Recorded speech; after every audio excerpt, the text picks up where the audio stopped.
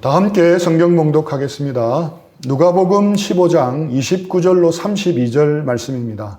누가복음 15장 29절로 32절 말씀, 우리 다 함께 합독하도록 하겠습니다.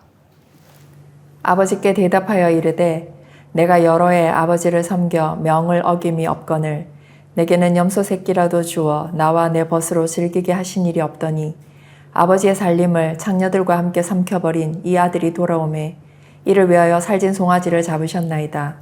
아버지가 이르되 얘 너는 항상 나와 함께 있으니 내 것이다 내 것이로되 이 내 동생은 죽었다가 살아났으며 내가 잃었다가 얻었기로 우리가 즐거워하고 기뻐하는 것이 마땅하다 하니라. 아멘. 지난 시간에 이어서 오늘도 팀 켈러 목사님의 탕부 하나님이라는 책을 통해서 우리에게 주시는 교훈들을 함께 나누기를 원합니다.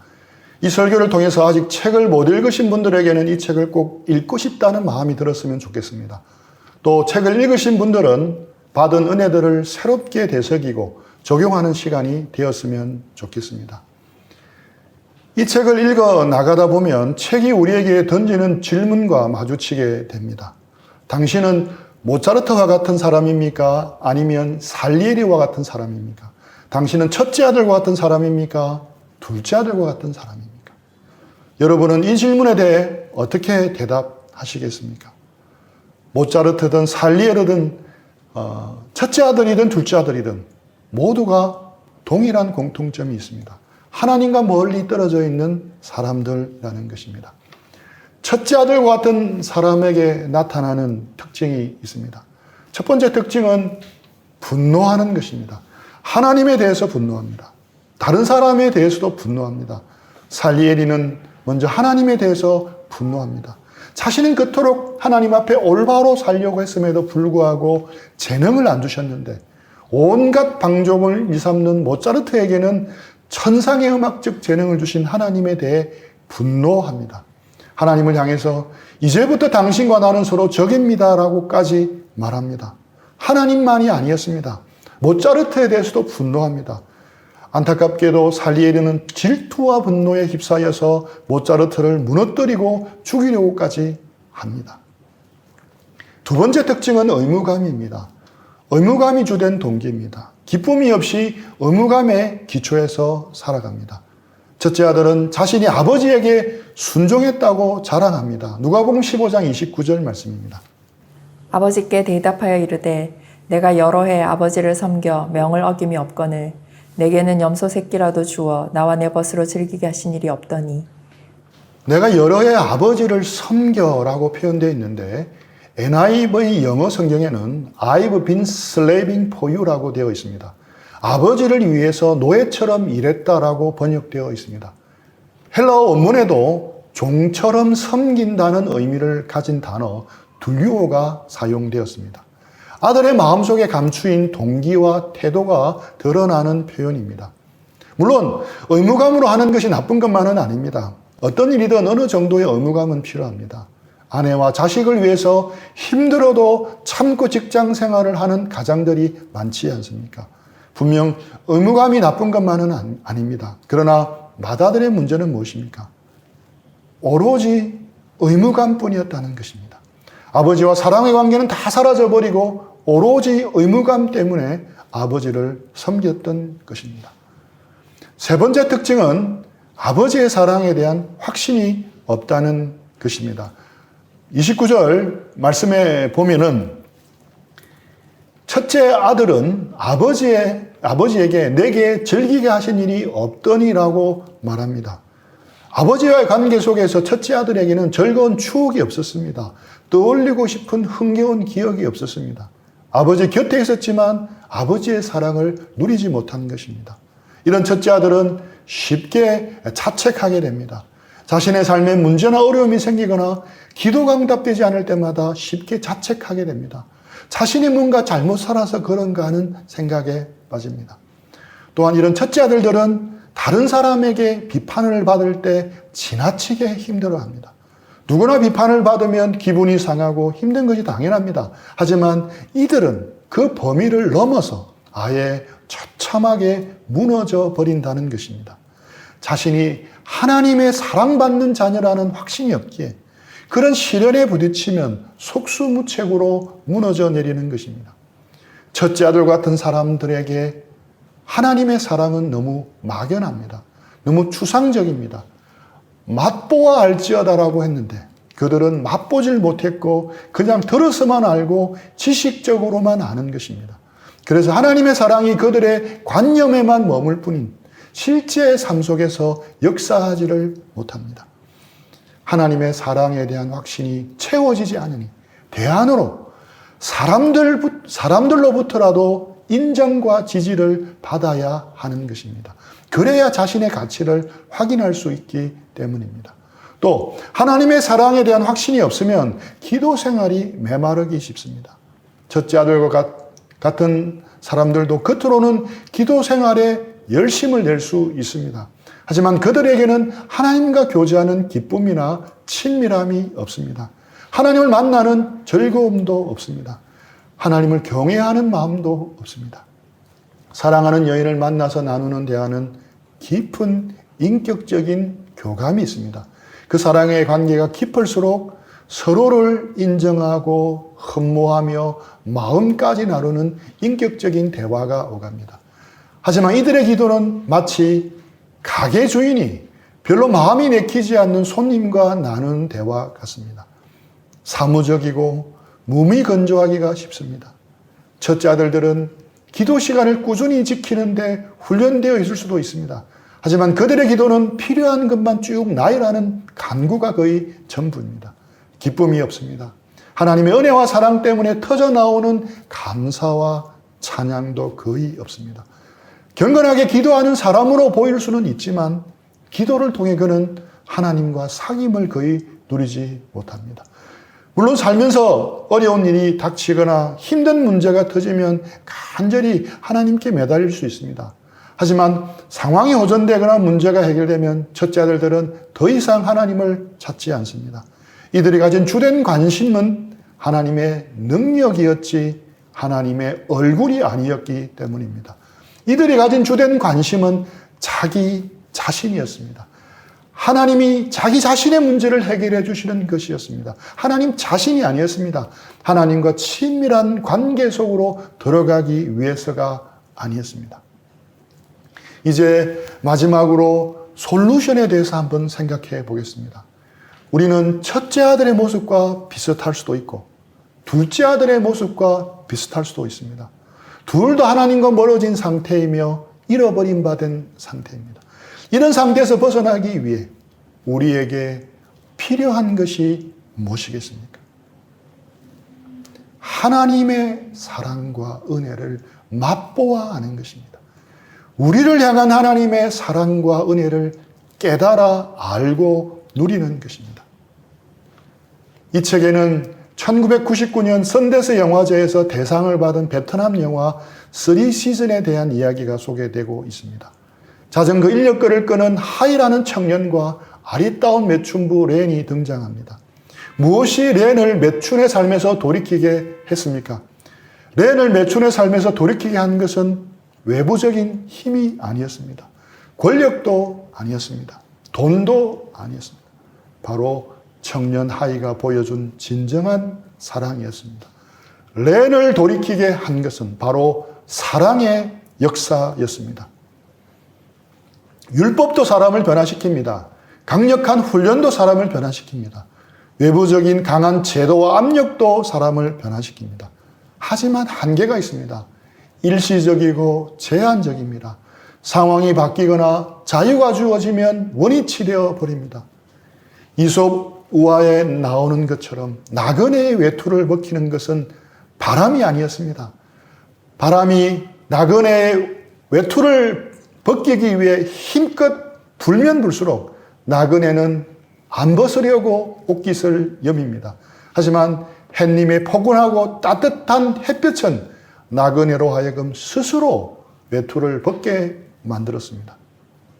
이처럼 사람을 변화시키는 것은 사랑입니다. 진정한 사랑이 사람을 무장해제시킵니다. 스스로 변화할 힘을 갖게 합니다.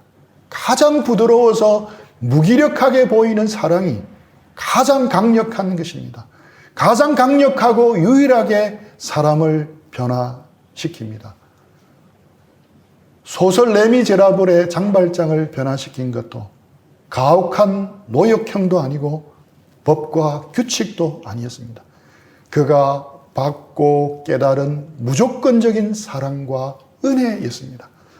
장발장 속에 강력하게 역사한 이 은혜와 사랑의 역사를 잠시 살펴보겠습니다. 가석방 문서를 없애고 이름을 바꾸어 새로운 인생을 시작한 장발장은 열심히 일해서 공장을 운영하는 사장까지 성공합니다. 그는 과거 자신처럼 힘들고 어려운 처지에 있는 사람들을 부지런히 돕는 일을 합니다. 얼마 후 마들렌시의 시장의 자리에까지 오르게 됩니다. 그러던 중 마들렌 시장인 장발장은 샹마티와라는 좀도둑이 장발장으로 지목되었다는 말을 자베르 경사에게 듣습니다.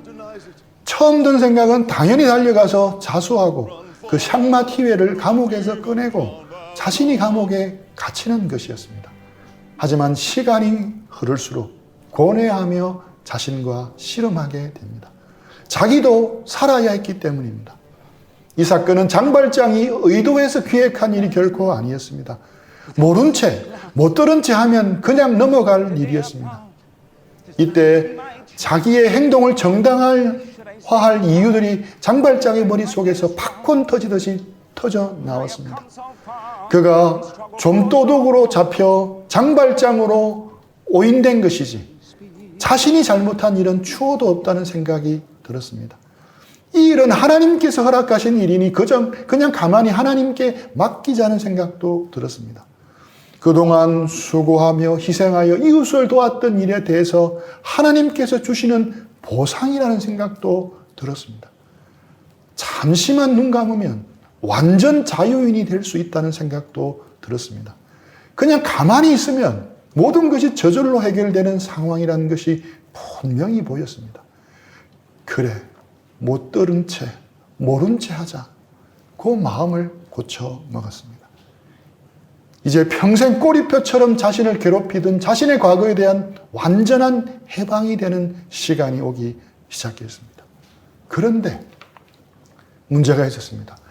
아무런 기쁨도 느껴지지 않았던 것입니다. 마음의 평안이 완전히 사라져 버렸습니다. 고뇌와 번뇌로 마음이 점점 더 복잡해지고 힘들어졌습니다. 하나님의 은혜가 그를 그냥 내버려 두지 못하게 했던 것입니다. 그래서 그는 다시금 마음을 굳게 다잡아 먹습니다. 자수하기를 선택한 것입니다. 그래서 비통한 희생양이 된 그 사나이를 구출하는 선택을 한 것입니다. 대신 자신의 이름을 밝히고 다시 제수장발장이 되기를 선택합니다. 그동안 힘들게 쌓아올렸던 모든 것을 리셋해야 하고 밑바닥으로 추락하는 것을 선택합니다.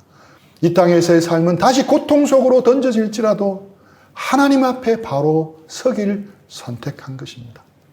바로 실행에 옮겨 재판정으로 달려가는 마차를 새벽에 집 앞에 보내달라고 예약을 합니다. 그런데 그것이 끝이 아니었습니다. 생각하면 할수록 더 큰 문제가 꼬리에 꼬리를 물고 떠올랐습니다. 그가 시장으로 있던 도시 전체가 그 덕분에 수많은 새로운 일자리와 희망을 갖게 되었기 때문입니다. 그가 잡혀서 떠난다면 그곳은 다시 가난했던 이전 상태로 돌아갈 것이 분명했습니다. 그 생면부지의 도둑놈, 불량배는 좀 억울해도 결국 벌을 받아 마땅한 놈이었습니다. 그런 놈을 형벌해서 구출하기 위해 한 도시 전체가 파멸할 수는 없는 노릇이었습니다. 그리고 무엇보다도 가엾은 팡탄과 코제트가 다시 고통받을 것이 보였습니다. 가엾은 여자 팡탄은 병원에서 죽고 엄마 잃은 가엾은 소녀 코제트는 길바닥에서 죽어야 하는데 도저히 합당한 일이 아니었습니다. 많은 사람의 행복을 위해 장발장 자신만 양침에 가책받는 것을 견디면 되는 것이었습니다. 이것이 그들을 위한 헌신이고 덕행이라고 생각도 되었습니다. 두 가지 결심 사이에서 끊임없이 장발장은 오락가락합니다. 그러다가 잠이 들었고 새벽녘에 예약해둔 마차가 집 앞에 왔음을 알리는 전가를 받았습니다. 장발장은 예약을 취소하지 않고 마차를 타고 전속력으로 몹니다. 또다시 시험이 몰려옵니다. 재판정으로 가는 200리 길이 그를 시험했습니다. 그가 탄 마차가 반대편에서 달려오던 우편 마차와 부딪혀 바퀴가 부러지고 맙니다. 수리를 하지 않고 그대로 달리면 곧 움직일 수 없는 상태가 될 거라고 합니다. 술의 목수에 따르면 내일이 되어야 수리가 가능하다는 말을 듣습니다. 시내에 마차를 빌려주는 가게도 없고 다른 술의 목수도 없습니다. 재판정으로 가는 길이 막힌 것입니다. 장발장은 한편으로는 너무너무 기뻤습니다. 그런데 길에서 장발장과 술의 목수의 대화를 엿듣던 아이가 있었는데 아이를 따라온 할머니는 집에 한 마차가 있다고 말합니다. 그 말에 장발장은 다시 식은땀이 흘렀고 온몸이 오싹해졌습니다. 장발장은 다시 고민합니다. 그리고 그 헛마차를 타고 달립니다. 뒤늦게 도착해서 평소 같았으면 재판이 진작 끝났을 시간이었는데 재판은 아직 진행 중이었습니다. 그런데 또 문제가 생깁니다. 재판장 안으로 들어가려고 하자 수위에게 제지를 당합니다. 자리가 없어서 아무도 못 들어간다는 것입니다. 하지만 공무원들만 들어갈 수 있는 2자리만 남아있다는 말을 듣습니다. 장발장은 또다시 고민을 합니다. 그리고 쪽지를 써서 시장인 자기 신분을 밝히고 입장 허가를 받습니다. 이제 그 재판정 문 앞에서 마지막 고민을 합니다. 이 문을 밀고 들어가면 모든 것이 다 한순간에 바뀌는 것이었습니다. 장발장은 땀을 뻘뻘 흘립니다. 문손잡이를 잡았다가 놓았다가 문 앞에 섰다가 되돌아섰다가 하면서 고뇌의 시간을 보냅니다. 마침내 장발장은 떨리는 손으로 재판정 문을 엽니다. 그리고 재판장에게 나아가 진실을 밝힙니다. 바로 자신이 장발장이라면서 자신의 재수번호 24601을 외칩니다. And so, Your Honor, you see it's true. This man bears no more guilt than you. Who am I? 2, 4, 6,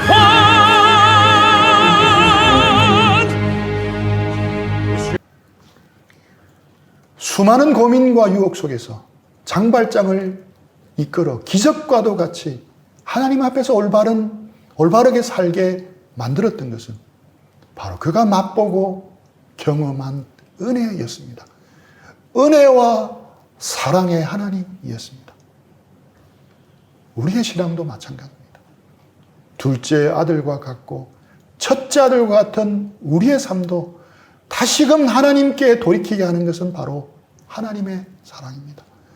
때론 무기력하게 보이고 때론 부드럽게 보이고 무능하게 보일지라도 그 사랑의 역사가 변화시키는 강력한 힘이 있는 것입니다. 기독교 신앙은 사랑의 역사인 것입니다. 사랑으로서 역사하는 믿음인 것입니다.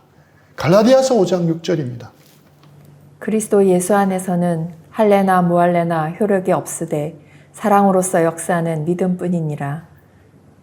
평생 율법주의와 싸운 은혜의 투사라고 할 수 있는 루터마저도 예습성에서 완전히 벗어나지 못했다고 고백을 하였습니다. 나는 과거 20년 동안 은혜의 메시지를 전해왔고 그것을 나 자신이 스스로 믿어왔다. 하지만 지금도 내가 무엇인가를 공언할 수 있다는 생각으로 하나님과 거래하기를 원할 뿐 아니라 나의 거룩한 행위와 하나님의 은혜를 교환하려는 구습을 여전히 버리지 못하고 있다. 하나님의 전적 은혜만을 전폭적으로 의지해야 한다고 믿기가 여전히 힘들다. 마르틴 루터는 모든 사람에게 디폴트 값, 즉 기본값이 있다고 말합니다. 일부러 설정을 바꾸지 않는 한 우리 모두는 자동적으로 기본값 모드에서 작동하게 된다는 것입니다. 그래서 루터는 우리가 예수님을 믿음으로 구원받은 뒤 가만히 두면 기본값 모드, 즉 디폴트 값으로 되돌아가 버린다는 것입니다. 일부러 반복해서 복음 모드로 설정하지 않는 한 기본 모드인 행위 모드로 되돌아가 버린다는 것입니다. 우리 모두는 가만히 두면 본능적으로 습관적으로 하나님이 값없이 베풀어 주신 은혜와 사랑에 전폭적으로 의지하기보다 기본값 모드인 행위에 기초한 종교로 되돌아가 버린다는 것입니다. 이럴 때 보면 우리가 사실상 의지하는 대상은 예수님이 아니라 사람들의 인정입니다. 예수님의 공로가 아니라 직업적인 성공입니다. 하나님의 은혜가 아니라 우리가 이룩해 놓은 결과물과 지위와 재산입니다. 여기서 우리가 이런 것들을 의지하지 않고 하나님의 은혜와 사랑만을 전폭적으로 의지하려면 어떻게 해야 하겠습니까? 강한 의지만 있으면 되겠습니까? 분명히 알아야 합니다. 단순히 우리가 가진 의지력만으로 우리는 결코 변화될 수 없습니다. 일시적으로 바뀌는 것처럼 보일지라도 결코 온전히 변화될 수는 없습니다. 그러면 어떻게 가능합니까? 지속적으로 변화되려면 오로지 한 가지 방법만 있습니다. 정말 중요한 부분입니다. 그것은 복음을 더 깊이 이해하는 것입니다. 예수님을 더욱 아는 것입니다. 예수님을 통해서 보여주신 하나님의 사랑을 더욱 깨닫는 것입니다. 그래서 그 은혜와 사랑이 마음 속속들이 배어들게 해야만 가능합니다. 그래야 우리는 변화되고 성장할 수 있습니다. 예를 들어 설명하겠습니다. 많은 사람들에게 재물이란 남들의 인정과 존경을 얻어내는 방법입니다. 사람들은 돈이 많으면 내 삶을 내가 통제할 수 있다고 생각합니다. 돈을 충분하게 모으면 내 노후를 내가 통제할 수 있다고 확신합니다. 이처럼 돈은 돈으로 끝나는 게 아니라 우리 마음을 거기에 두고 의지하게 만듭니다. 이런 세상 사람들의 가치관을 이기고 물질로 다른 사람을 섬기는 삶을 어떻게 살 수 있겠습니까? 단지 그렇게 해야겠다는 굳은 의지를 가지고 자신에게 압력을 가해서만 될 일이 아닙니다. 사도 바울이 어떻게 했는지를 살펴보겠습니다. 고린도 성도들이 이런 세상적인 가치관을 거스리고 어떻게 후히 베푸는 삶에서 자라가도록 사도 바울이 도왔습니까? 너희가 적어도 이 정도는 해야지 않겠느냐고 하면서 압력을 주지도 않았습니다. 그렇다고 무조건 감정에만 호소하지도 않았습니다. 사역의 여러 필요를 나누고 빈민들의 고달픈 사회를 늘어놓으면서 읍소한 것도 아니었습니다. 고린도 교인들이 그들보다 훨씬 더 부자라고 말하면서 압력을 주지도 않았습니다. 대신 그는 이렇게 말합니다. 고린도후서 8장 9절 말씀입니다. 우리 주 예수 그리스도의 은혜를 너희가 알거니와 부요하신 이로써 너희를 위하여 가난하게 되심은 그의 가난함으로 말미암아 너희를 부요하게 하려 하심이라. 바울은 그들을 다시 복음으로 데려갑니다. 그들이 예수님을 바라보도록 권면합니다. 하늘 영광 보좌를 버리시고 성육신하신 예수님을 바라보도록 했습니다. 그리고 이렇게 말합니다. 예수님이 우리에게 베푸신 은혜를 생각해 보십시오. 부요하신 주님께서 우리를 위해 가난하게 되심으로 우리로 부요함을 누리게 해주셨습니다. 이 은혜의 주님을 생각하면 여러분들도 예수님을 닮아 그분처럼 베풀고 싶어질 것입니다. 이렇게 바울은 고린도 교인들이 예수님을 바라보도록 도왔습니다. 예수님은 자신의 모든 것을 우리에게 쏟아 부으셨습니다. 예수님의 십자가야말로 하나님이 우리를 돌보시고 안전하게 지키신다는 분명한 증거이기 때문에 우리는 돈에 대해서 더 이상 세상 사람들처럼 매이거나 걱정하거나 인색할 필요가 없다고 말해주는 것입니다. 핵심이 무엇입니까? 오늘 설교의 가장 중요한 부분입니다. 하나님의 사랑과 은혜를 깊이 있게 이해하는 겁니다. 그 이해에서 비롯된 마음의 변화들이 사랑의 역사로 나타나야 한다는 것입니다. 복음을 제대로 믿고 알면 우리의 동기가 바뀝니다. 예수님을 제대로 알고 믿으면 우리 자신에 대한 이해가 바뀝니다. 우리가 가진 정체성이 바뀝니다.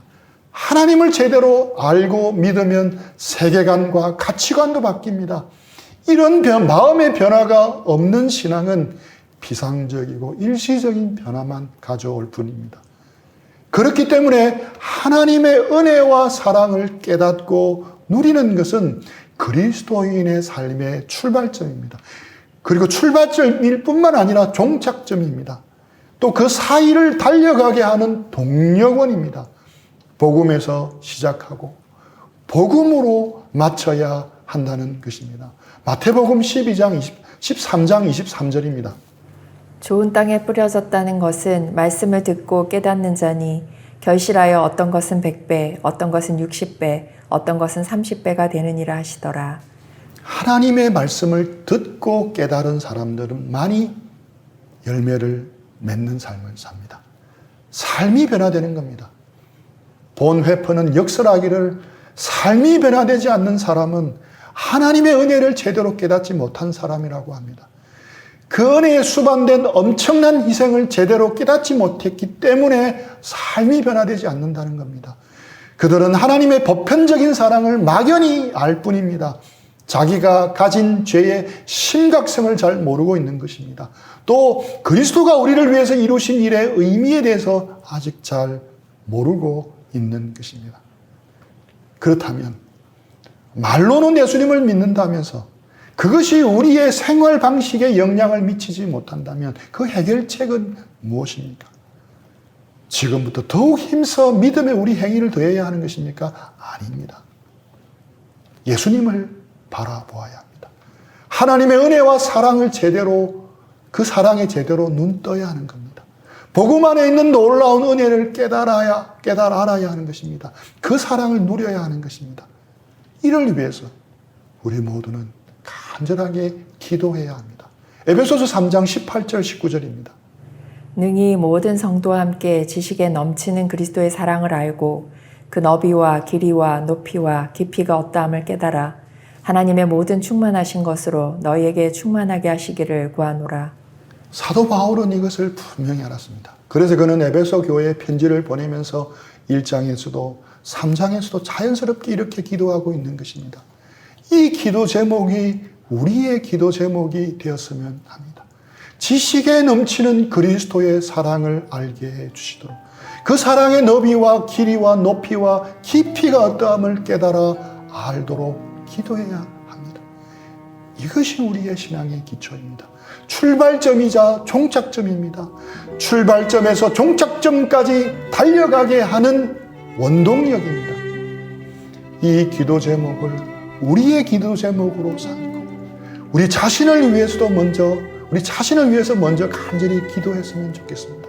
그리고 우리 공동체 형제자매들 서로를 위해서 기도했으면 좋겠습니다. 탕부 하나님의 은혜와 사랑을 깨달아 알고 탕부 하나님의 은혜와 사랑을 맛보아 알고 그 은혜와 사랑을 누리는 데서 자라가는 우리 모두가 되기를 축복합니다. 우리 들은 말씀 생각하면서 기도하며 적용하는 시간들을 드리겠습니다.